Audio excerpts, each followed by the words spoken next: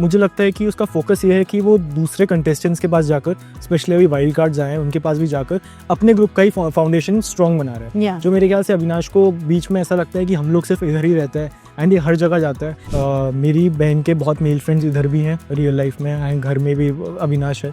उसमें मुझे कुछ गलत नहीं दिखता कि कई लोग हो सकता है इसको as a love angle create करने की कोशिश कर रहे हो, बट वो मुझे लगता है कि बहुत प्योर बॉन्ड है। और अगर उसमें कुछ ऐसी चीज़ होती कि उनको लग रहा है कि ये गलत एंगल ले सकता है तो खुद ही दूर हटने लग जाती। वो सिक्योर है, उनको पता है कि मेरा इससे जो रिश्ता है वो दोस्ती का है, तो वो हेजिटेट नहीं करती वो दोस्ती निभाने में। वो जेंडर नहीं देखती कि एलिस हो या फिर अविनाश, वो दोनों को सेम तरीके से ट्रीट करती है। चुगली का डेफिनेशन ये होता है कि मैं किसी से बात कर रहा हूँ एंड उसकी और मेरी बात मैं लेकर किसी थर्ड पर्सन को बता दूँ उसकी गैर मौजूदगी जिससे मेरी बात हुई एंड वो अपने ग्रुप में बैठकर उनकी बात इधर से उधर नहीं करती, तो वो चुगली नहीं कहा जाएगा। मुझे लगता है कि उनके ओपिनियंस बहुत स्ट्रॉन्ग है एंड वो थोड़ा सा उनने सरकाज़म में वो बात बोली एंड अगर इस बात पे उंगली उठ रही है तो फिर उस बात पे ही उठनी चाहिए कि अगर आप ये बोल रहे हो कि चाहत एंड आरफीन का बॉन्ड बहुत प्योर है, जो हमें पता है एग्जैक्टली है, पर फिर आरफीन ने भी तो अविनाश एंड ईशा पे उंगली उठाई थी कि ये इन लोगों का कुछ चल रहा है, वो भी तो बहुत प्योर बॉन्ड है। तो जब मुझे लगता है कि जब चीज़ें सरकाज़म में कोई बोल रहा है तो उसको उतना डीपली नहीं लेना चाहिए। Hello everyone, welcome to Times of India TV. I am Vijaya Tiwari और आज मेरे साथ है बिग बॉस 18 के कंटेस्टेंट ईशा सिंह के भाई Rudraksh. Hello, welcome to Times of India. Thank you so much. अभी मैं आई घर पे और मैं देख रही हूँ कि 24/7 लगता है लाइव फीड चालू होता है घर पे, तो कितना मिस कर रहे हो और कितना प्राउड फीलिंग है to see your sister inside Bigg Boss 18। देखिए, पहली बात ये रहेगी 24/7 पूरे दिन चलता रहता है, वो तो मतलब कुछ भी हो जाए वो रहता ही है टीवी पे। बिकॉज मेरी मॉम ने शुरू के सारी सीजन्स फॉलो किए एंड उनको वो एक्सपेक्टेड नहीं था कि उनकी बेटी भी जाएगी एक दिन और मतलब मेरी बहन भी जाएगी एक दिन, तो वो हमेशा ऑन रखती हैं because she has to know कि क्या लेटेस्ट अपडेट्स हो रहे हैं, कुछ कॉन्फ्लिक्ट हो गया किसी के साथ या फिर कोई इशू तो नहीं हो रहा उनको, भले ही मतलब वो हल्का सा डिले हो लाइव में कुछ भी हो, बट उनको सबसे पहले जानना है। तो वो जो एक बॉन्ड है घर में, वो जो एक खालीपन है, वो लाइव देख के थोड़ा दूर हो जाता है जी। एंड बात रही वो एक कमी महसूस होने की, तो हाँ वो भी डेफिनेटली है बिकॉज वो रहती है घर में तो मेरा लड़ाई झगड़ा होता रहता है, हम लोग खेलते रहते हैं, बैडमिंटन खेलते रहते हैं या फिर हम लोगों की कुछ भी नोकझोंक होती रहती है। तो वो जो एक एलिमेंट है वो तो जब तक आ नहीं जाती रहेगा और मैं चाहता हूँ वो टाइम लेकर ही आए। कल एक एपिसोड में कल के एपिसोड में हमने देखा कि किस तरीके से अविनाश अब तक विवियन के बारे में बोल रहे थे उनके पीठ पीछे, लेकिन कल ऐसा देखकर लगा कि वो शायद से ये विवियन को एस्टैब्लिश करने की कोशिश कर रहे थे कि कैसे हम दोनों की थिंकिंग बहुत मैच होती है, लेकिन अगर मैं कुछ समझाने जाता हूँ ईशा या एलिस को तो बहुत ज़्यादा एनर्जी हमारी इन्वेस्ट हो जाती है। तो I think we should play together and we should move ahead, ऐसे काइंड ऑफ वो कॉन्वर्जेशन लगा। व्हाट डू यू फील कि क्या आगे जाके अविनाश शायद धोखा दे सकते हैं for the position top 5? Okay, मुझे बिल्कुल नहीं लगता ये चीज़।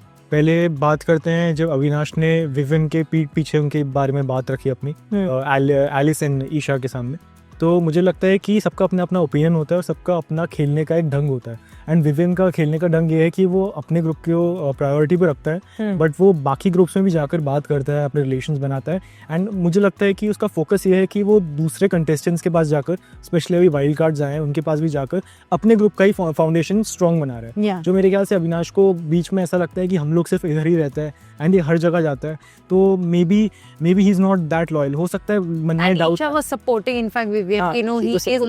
तो मुझे लगता है कि वो अविनाश के मन में जो डाउट आया उसमें कुछ गलत नहीं है, बिकॉज आप जब दोस्त होते हो और आपके दोस्त होते हैं, आपको लगता है कोई कहीं पे गलत जा रहा है तो आप बोल देते हो, अपने दोस्तों से शेयर करते हो कि मुझे लगता है कि मेरा ये वाला दोस्त गलत जा रहा है, तो आप अपने ओपिनियंस शेयर करते हो, तो उसमें मुझे कुछ गलत नहीं लगता। विवियन का अपना पॉइंट ऑफ व्यू है एंड अविनाश का अपना पॉइंट ऑफ व्यू है एंड डेफिनेटली भले ही उनके इंटरेस्ट सेम है और सेम ग्रुप में है, पर वो थोड़े बहुत अप्स एंड डाउन्स आएंगे, तो उसमें कोई गलत बात नहीं है। और बात रही विवियन एंड अविनाश की, जब वो एलिस एंड ईशा के बारे में बात कर रहे थे, तो उसमें भी कोई इशू नहीं है क्योंकि वो उनने ये नहीं बोला कि इनको छोड़ के वो आगे बढ़ जाते हैं। उनने बस एक चीज़ शेयर करी जो उनको फील होती है अपने दोस्तों के बारे में, जो उनका एक ऐसी चीज़ है जो उनको होल्ड बैक करती है। तो मेरे ख्याल से जब वो एक दूसरे से शेयर करेंगे, सिंस उनका इक्वेशन सेम है, अविनाश एंड विवियन का थोड़ा इक्वेशन बैठता है साथ में, तो वो जब अपने ही ग्रुप के लोगों के बारे में बात करेंगे तो शायद वो उनको और अच्छे से आगे लेके जा पाए। तो मुझे नहीं लगता उसमें कुछ गलत है। ईशा का जो गेम है बहुत स्ट्रांग है, वो बहुत ओपिनियनेटेड हैं, अपने फियर्सली अपनी बातें आगे रखती हैं, लेकिन अनफॉर्चुनेटली कहीं ना कहीं उनके गेम के साथ ये भी हो गया है कि वो बहुत ज़्यादा अविनाश को प्रोटेक्ट करने में उनकी एनर्जी बहुत ज़्यादा, जहाँ पे ये बोलते हैं कि अविनाश की हमारी एनर्जी पूरी इन्वेस्ट हो जाती है ईशा को बातें समझाने में, वही मुझे कहीं ना कहीं या ऑडियंस को कहीं ना कहीं ये लग रहा है कि वो बहुत ज़्यादा एनर्जी इन्वेस्ट हो रही है इस बात में ईशा की कि वो अविनाश को प्रोटेक्ट कर रही है। क्योंकि अगर देखा जाए तो ईशा का खुद का कोई भी एक दुश्मन नहीं है इस घर में, उनके जो भी दुश्मन है वो उसी बेसिस पे हैं कि जिन्होंने अविनाश को अविनाश के जिसके साथ बहस हुई है या झगड़ा हुआ है, फॉर दैट मैटर कारण एंड ग्रुप, मतलब कभी भी देख लो आप, ईशा के साथ कभी कुछ नहीं हुआ है, वो हमेशा अविनाश के साथ हुआ है और कहीं ना कहीं वो दोस्ती का फर्ज निभा रही है। What do you have to say? देखिए, गेम पॉइंट ऑफ व्यू से देखें तो आप सही बोल रही हैं, बट मुझे लगता है कि ये बात भी इस बात में सामने आती है कि वो बहुत दिल से खेल रही है। अगर वो दिमाग लगाती तो बिल्कुल भी वो ऐसे नहीं चलती कि मेरे अविनाश या फिर मेरे बॉन्ड में या फिर एलिस और मेरे बॉन्ड में इसके कारण मैं होल्ड बैक कर रही हूँ खुद को या फिर मैं नीचे जा रही हूँ। अगर वो ये सोचती तो पहले ही ग्रुप से हट जाती।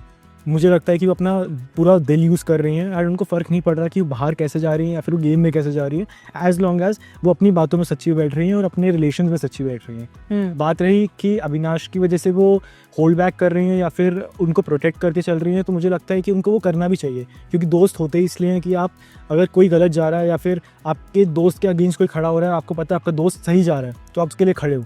एंड कभी कभार अगर उनको लगता है कि अविनाश या एलिस गलत जा रहे हैं तो उनको साइड में बैठ कर समझाती हुई हैं, तो मुझे नहीं लगता उसमें कोई इशू है। And what do you have to say about Avinash and Isha's bond, क्योंकि काफ़ी फैन क्लब्स जो हैं वो उनको रोमांटिकली भी लिंक कर रहे हैं, आपको क्या कहना है इस बारे में? देखिए, मुझे लगता है कि बहुत ही प्योर बॉन्ड है। मेरी बहन के बहुत मेल फ्रेंड्स इधर भी हैं रियल लाइफ में, एंड घर में भी अविनाश है।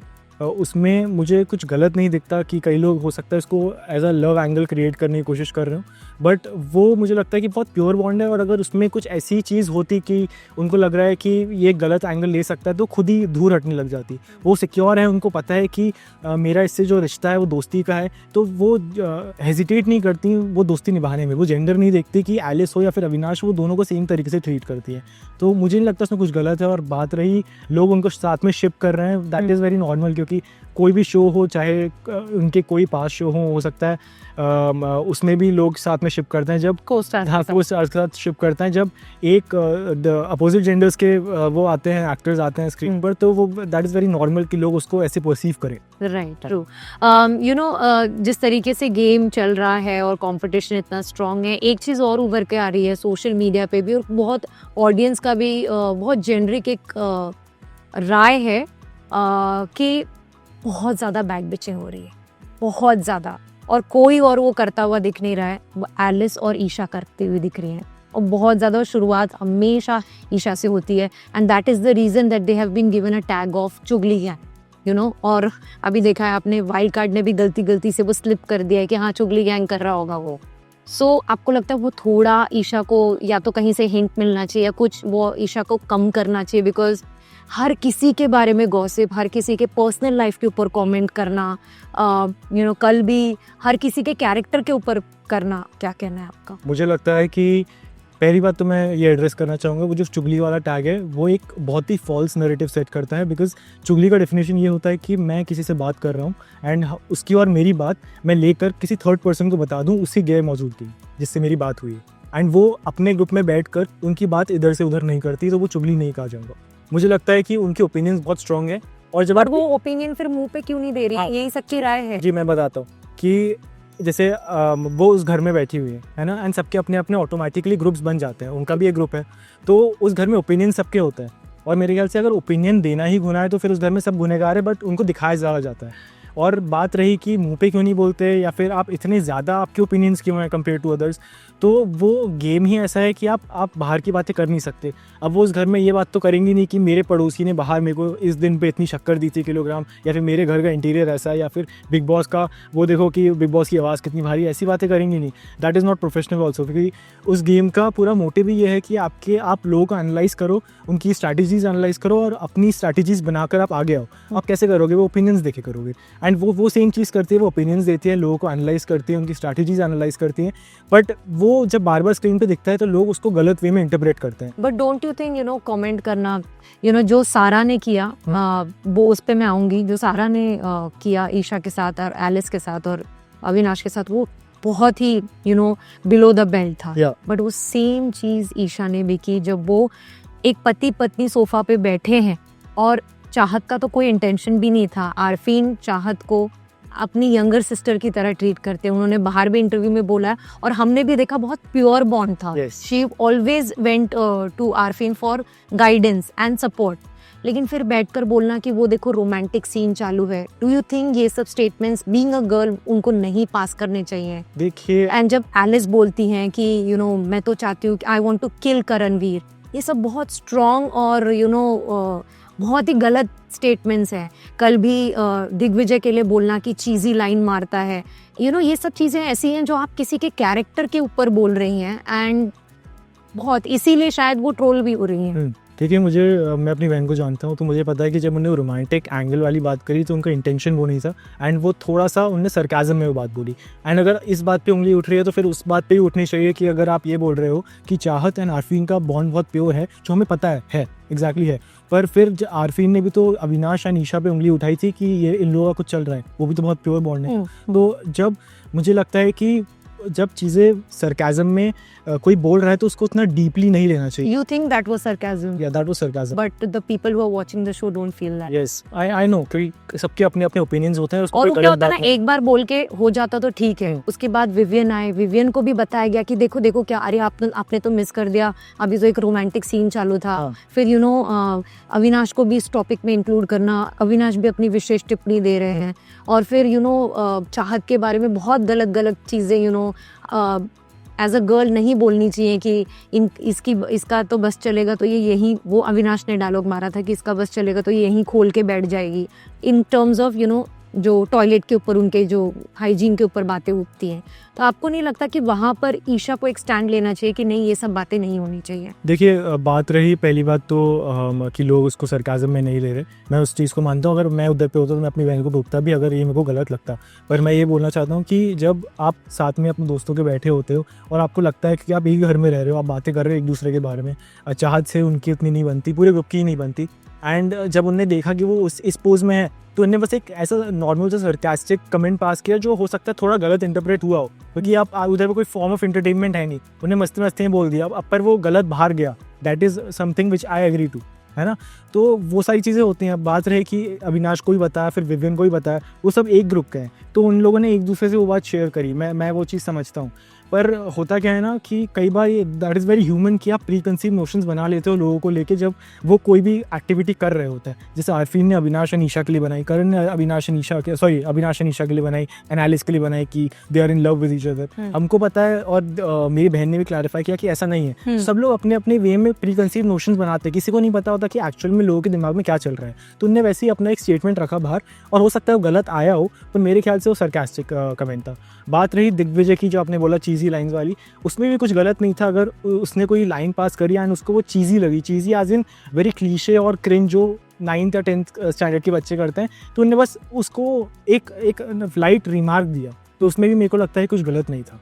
एंड बात रही चाहत की हाइजीन इशूज़ और उसके लड़की होने के, तो मुझे लगता है कि उस घर में जेंडर मैटर नहीं करता, क्योंकि आप एज अ कंटेस्टेंट वहाँ पर आए हो, तो आपकी एज, आपका जेंडर या फिर आपने क्या क्या किया हुआ है, आप लोग उधर पे एक इक्वालिटी में आए हो। आप अपने कर्मों से ऊपर या नीचे होते हो, किसी कंट्रोल में नहीं होता कि आपका जेंडर ये होगा या फिर ये होगा, है ना। तो मेरे ख्याल से वो रिस्पेक्ट आपके कर्मों के। लेकिन जब हम लैंग्वेज, अगर यही बात अगर ईशा के लिए किसी लड़के ने बोली होती कि इसका बस चलेगा तो यहीं खोल के बैठ जाएगी, वुड यू हैव अप्रिशिएटेड? देखिए, ये जो खोलने वाला ये जो डायलॉग था, मैंने पर्सनली ये सुना नहीं, पर मेरे को अच्छा नहीं लगता। पर बात रही हाइजीन इश्यूज़ एंड ये सब की, मुझे नहीं पता उस घर में क्या हो रहा है या फिर किसका हाइजीन इशू कैसा है, और मैं कोई बोलने वाला, तो अविनाश भी पकड़े गए। हाँ, तो मैं कोई नहीं होता, और क्योंकि मुझे पता ही नहीं उस घर में एक्चुअल में क्या हो रहा है, बस सुनी बातें सुनने को पड़ती हैं।